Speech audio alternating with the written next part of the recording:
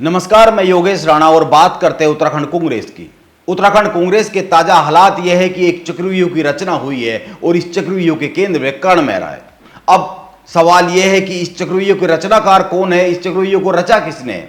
हालांकि हालात चक्रव्यूह के रचनाकारों की ओर साफ साफ इशारा कर रहे हैं। मीडिया में आ रही खबरें इस दिशा में साफ साफ बात करती हुई दिख रही है। और जो दो इस्तीफे हुए अभी आज और कल, ये जो दो इस्तीफे हैं, इन इस्तीफों की बात भी और इन इस्तीफों के चेहरे भी साफ साफ यह इशारा कर रहे हैं कि बात किस दिशा में जा रही है। और इन इस्तीफों के बाद जो बयान आए हैं वो भी बताते हैं कि हालात क्या बनते हुए जा रहे हैं और चक्रव्यूह के रचनाकार कौन है। इसीलिए कांग्रेस में शुरू हुए इस ताजा घमासान पर बात तो की ही जानी चाहिए। आप गौर कीजिए, 3 दिन पहले यानी 17 सितंबर को उत्तराखंड में प्रदेश कांग्रेस कमेटी का गठन किया गया। कर्ण मेहरा ने प्रदेश कांग्रेस कमेटी के सदस्यों की एक बैठक भी ली और उन्होंने साफ साफ एक बात कही। उन्होंने पीसीसी के सदस्यों से साफ साफ कहा कि बड़े नेताओं का आदर करें लेकिन गुटों में ना बटे। लेकिन इसके 2 दिन बाद ही कांग्रेस एक बार फिर से गुटों में साफ साफ बटती हुई दिखने लगी। खबर आई कि हरीश रावत और प्रीतम सिंह प्रदेश कांग्रेस कमेटी से खुश नहीं है और कांग्रेस के सूत्रों के हवाले से यह जानकारी आई कि दोनों लोग, हरीश रावत और प्रीतम सिंह, जिन जिन लोगों की प्रदेश कांग्रेस कमेटी में शामिल करवाने की सिफारिश कर रहे थे, वो उनमें से कई प्रदेश कांग्रेस कमेटी में शामिल नहीं किया गया। इस कारण वो नाराज है। प्रदेश कांग्रेस कमेटी में कर्ण मेहरा के नजदीकी और समर्थन के लोगों को अधिक तरजीह दी गई, अधिक रखा गया, यह आरोप लगे। कई लोगों ने इस बारे में सोशल मीडिया पर भी लिखा। और जो 2 इस्तीफे हुए, उन्होंने भी इस्तीफे के साथ ही कुछ ऐसी ही बातें कही। इसके बाद 19 सितंबर को तो यह एकदम साफ हो गया कि कांग्रेस में पीसीसी की बैठक के बाद हालात सामान्य तो बिल्कुल भी नहीं है। और सामान्य तो छोड़ दीजिए, हालात विस्फोटक होते जा रहे हैं। चक्राता से कांग्रेस विधायक प्रीतम सिंह के बेटे अभिषेक सिंह ने पीसीसी सदस्य के पद से इस्तीफा दे दिया। अपने इस्तीफे के साथ ही उन्होंने मीडिया से जो कहा वो बहुत ही महत्वपूर्ण है, गौर किया जाना चाहिए। उन्होंने कहा पार्टी में बड़े व जनाधार वाले नेताओं की अनदेखी की जा रही है, इसीलिए वो इस्तीफा दे रहे हैं। यह माना गया कि वो अपने पिता प्रीतम सिंह की अनदेखी का आरोप लगा रहे हैं।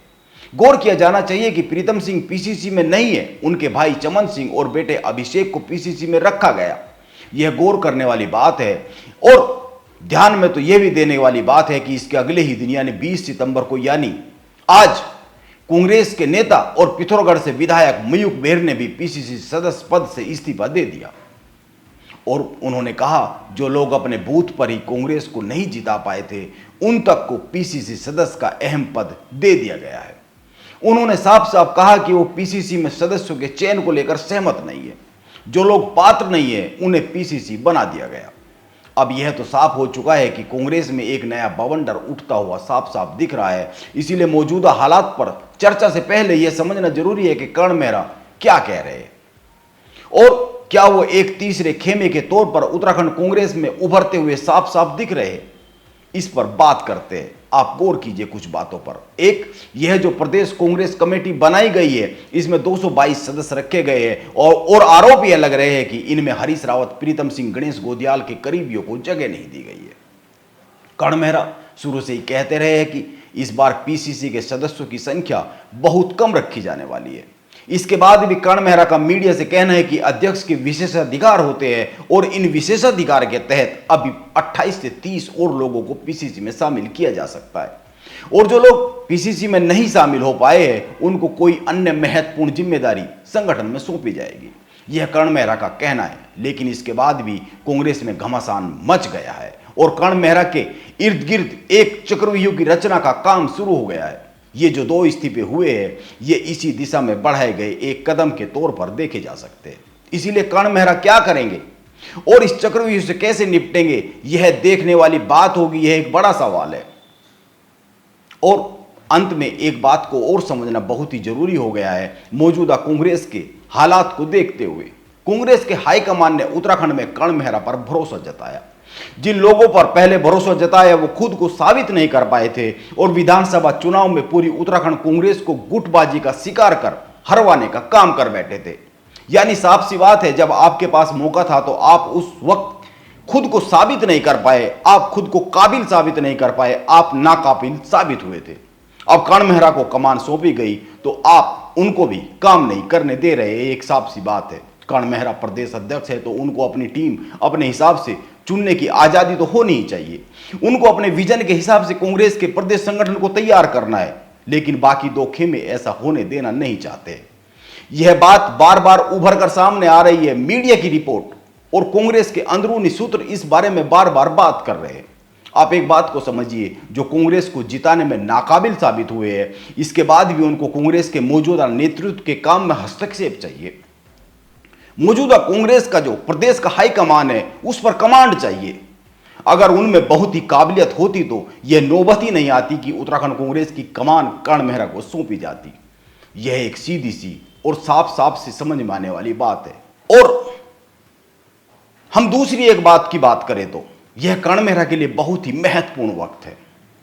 उनको तय करना है कि कौन उनके साथ है और कौन उनके विरोध में है। राजनीति में कोई सगा और संबंधी नहीं होता है, यहां पर टारगेट होते हैं और लक्ष्य होता है, और उस लक्ष्य को भेदने में मदद करने वाले और अवरोध खड़ा करने वाले होते हैं।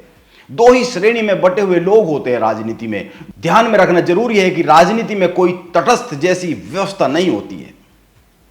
यहां पर सहमति और असहमति में से किसी एक को चुनना होता है। इसीलिए कर्ण मेहरा को सख्त फैसले लेने का समय आ गया है। उनको सख्त फैसले लेने होंगे। वो पिछले 5 माह में कठोर फैसले लेने से बचते हुए, हिचकते हुए साफ साफ दिखे। वो दुविधा में दिखते हैं। इसी कारण कार्यकारिणी की गठन में देरी होती चली गई और कार्यकारिणी का गठन नहीं हो पाया।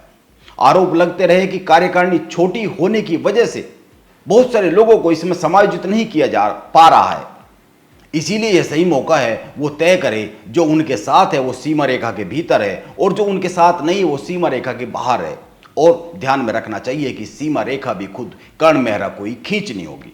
अगर ऐसा नहीं करेंगे तो यह जो दिग्गज और बड़े नेता कहे जाते हैं उत्तराखंड कांग्रेस में, वो उनके लिए आए दिन इसी तरह के चक्रव्यूह की रचना करते रहेंगे, उनके रास्ते में अवरोधक बनते रहेंगे और उनकी मंशा रहेगी कि मौजूदा जो प्रदेश कांग्रेस का हाईकमान है उसमें हस्तक्षेप रखे, उस पर अपनी कमांड रखे।